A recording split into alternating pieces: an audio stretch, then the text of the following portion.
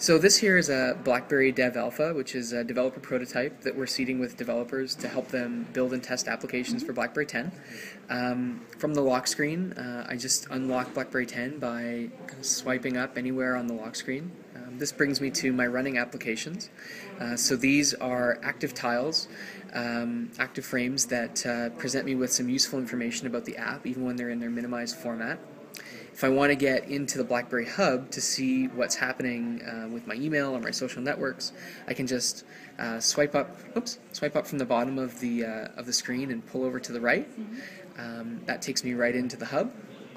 In the Hub, I've got access to all of my different accounts. So my social networking accounts, my email accounts, personal, professional.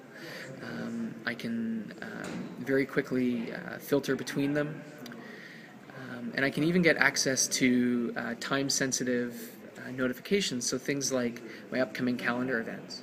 And if I wanted to see information about one of those calendar events, I can just tap on the event, be brought to those details, see who's in that meeting, see what messages in the BlackBerry Hub are connected to that meeting, all without ever actually leaving the Hub itself. Okay.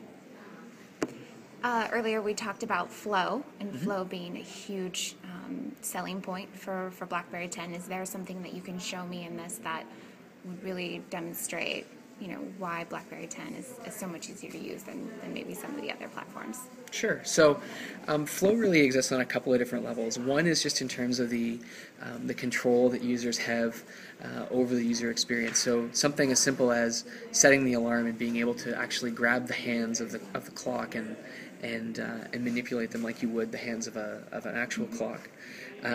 Another example of Flow might be kind of what we were just looking at there, and the ability to kind of quickly move between, say, a calendar event, who's in that particular calendar event or meeting, and get information about the attendees. So Anu isn't coming up here. Maybe oh, there we go. So his details aren't in here, but the idea is that I don't need to actually leave the calendar application to get information about the attendees or to get access to conversations that I've been having about that particular calendar event. I can get that right from within the calendar application itself. So the idea is breaking down the silos that exist between some of these applications so that information is available when and where you need it. And then real quickly, can you just go through the photo feature that you were telling me about? Sure. So we're introducing a new feature called Time Shift, which allows me to correct imperfections that might exist in photos. So I'll give you a really quick demo. I'm going to switch the camera around so that I can do a self shot here. So let's say that I'm taking a photo. My eyes are closed.